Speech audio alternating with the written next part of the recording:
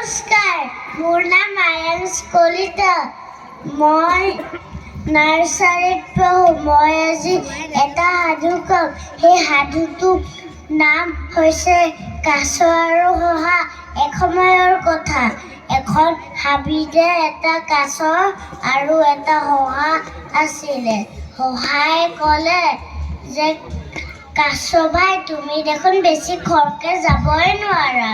তেনেকৈ ক'লে। তাৰপিছত কাছই ক'লে, এটা কাম কৰোঁ, আমি এখন প্ৰতিযোগিতা কৰোঁ। তাত যোনে প্ৰথমত পাব সিয়ে জিকিব। আমি বান্দৰক হুঁচেল বজাবলৈ মাতি আনিব পাৰোঁ। তাৰপিছত কথা মতে শিকাম। তাৰপিছত প্ৰতিযোগিতা পাতিলে। তাৰপিছত শহাটো স্পীড বহুত খৰকৈ গৈ বহুত দূৰ পালেগৈ। তাৰপিছত শহাটোৱে দেখিলে যে কাছ দেখোন বহুত পিছতে থাকি আহিলে।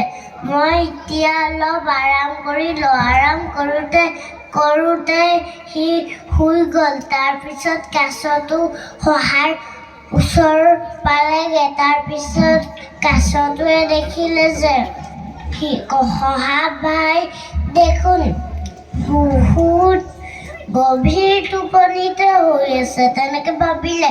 তাৰপিছত কাছ গৈ বহুত দূৰ পালেগৈ। তাৰপিছত শহাৰ অলপ দেৰি পিছত টোপনি ভাঙিলে। তাৰপিছত শহাই দেখিলে যে কাছ বহুত দূৰ পালেগৈ।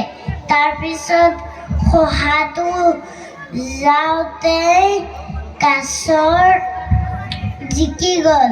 ইয়াৰ পৰা আমি এইটোৱে বুজিলোঁ যে নিজকে বেছি শক্তিশালী বুলি ভাবি ল'ব নালাগে।